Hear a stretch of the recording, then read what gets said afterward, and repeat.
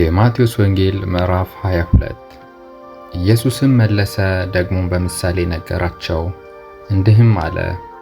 መንግሥተ ሰማያት ለልጁ ሰርግ ያደረገ ንጉሥን ትመስላለች። የታደሙትንም ወደ ሰርጉ ይጠሩ ዘንድ ባሮቹን ላከ፣ ሊመጡም አልወደዱም። ደግሞ ሌሎችም ባሮች ልኮ የታደሙትን እነሆ ድግሴን አዘጋጀው፣ ኮርማዎቼና የሰቡት ከብቶቼ ታርደዋል፣ ሁሉም ተዘጋጅቷል፣ ወደ ሰርጉ ኑ በሏቸው አለ። እነርሱም ግን ቸል ብለው አንዱ ወደ እርሻው ሌላውም ወደ ንግዱ ሄደ። የቀሩትም ባሮቹን ይዘው አንገላቷቸው፣ ገደሏቸውም። ንጉሡም ተቆጣ፣ ጭፍሮቹንም ልኮ እነዚያን ገዳዮች አጠፋ፣ ከተማቸውንም አቃጠለ። በዚያን ጊዜ ባሮቹን ሰርጉስ ተዘጋጅቷል፣ ነገር ግን የታደሙት የማይገባቸው ሆኑ። እንግዲህ ወደ መንገድ መተላለፊያ ሄዳችሁ ያገኛችሁትን ሁሉ ወደ ሰርጉ ጥሩ አለ። እነዚያም ባሮች ወደ መንገድ ወጥተው ያገኙትን ሁሉ ክፉዎችንም በጎችንም ሰበሰቡ፣ የሰርጉንም ቤት ተቀማጮች ሞሉት። ንጉሡም የተቀመጡትን ለማየት በገባ ጊዜ በዚያ የሰርግ ልብስ ያለበሰ አንድ ሰው አየና፣ ወዳጄ ሆይ የሰርግ ልብስ ሳትለብስ እንዴት ወደዚህ ገባህ? አለው። እርሱም ዝም አለ።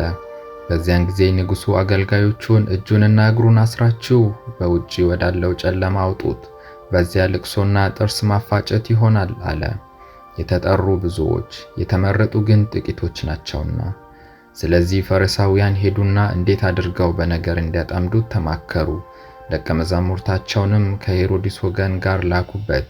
እርሱም መምህር ሆይ እውነተኛ እንደሆነ በእውነት የእግዚአብሔርን መንገድ እንድታስተምር እናውቃለን፣ ለማንም አታደላም፣ የሰውን ፊት አትመለከትምና። እንዲህ ምን ይመስልሃል? ንገረን፣ ለቄሳር ግብር መስጠት ተፈቅዷልን ወይስ አልተፈቀደም አሉት። ኢየሱስም ክፋታቸውን አውቆ እናንተ ግብዞች ስለምን ትፈትኑኛላችሁ? የግብሩን ብር አሳዩኝ አለ። እነርሱም ዲናር አመጡለት። እርሱም ይህች መልክ ጽሕፈቲቱስ የማን ናት አላቸው። የቄሳር ነው አሉት።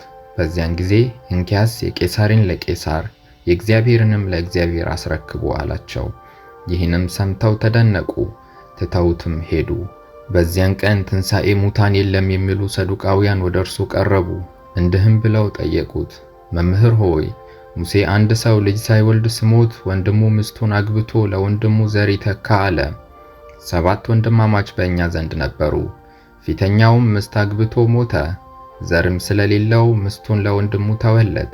እንዲሁም ደግሞ ሁለተኛው፣ ሦስተኛውም እስከ 7ኛው ድረስ። ከሁሉም በኋላ ሴቲቱም ሞተች። ሁሉ አግብተዋታልና በትንሣኤ ቀንስ ከ7ቱ ለማናቸው ሚስት ትሆናለች? ኢየሱስም መልሶ እንዲህ አላቸው፣ መጻሕፍትንና የእግዚአብሔርን ኃይል አታውቁምና ትስታላችሁ። በትንሣኤስ እንደ እግዚአብሔር መላእክት በሰማይ ይሆናሉ እንጂ አያገቡም አይጋቡምም። ስለ ትንሣኤ ሙታን ግን እኔ የአብርሃም አምላክ የይስሐቅ አምላክ የያዕቆብ አምላክ ነኝ የሚል ከእግዚአብሔር ዘንድ ወደ እናንተ የተባለውን አላነበባችሁምን? የሕያዋን አምላክ ነው እንጂ የሙታን አምላክ አይደለም። ሕዝቡም ይህን ሰምተው በትምህርቱ ተገረሙ። ፈሪሳውያንም ሰዱቃውያንን ዝም እንዳሰኛቸው በሰሙ ጊዜ አብረው ተሰበሰቡ። ከእነርሱም አንድ ሕግ አዋቂ ሊፈትነው መምህር ሆይ ከሕግ ማናቸይቱ ትእዛዝ ታላቅ ናት ብሎ ጠየቀው።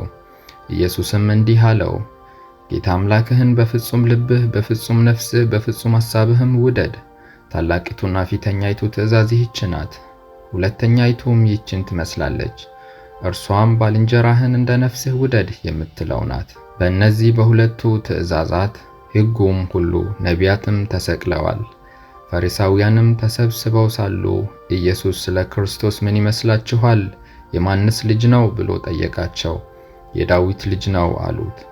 እርሱም እንኪያስ ዳዊት ጌታ ጌታዬን ጠላቶችህን የእግርህ መረገጫ እስካደርግልህ ድረስ በቀኜ ተቀመጥ አለው ሲል እንዴት በመንፈስ ጌታ ብሎ ይጠራዋል?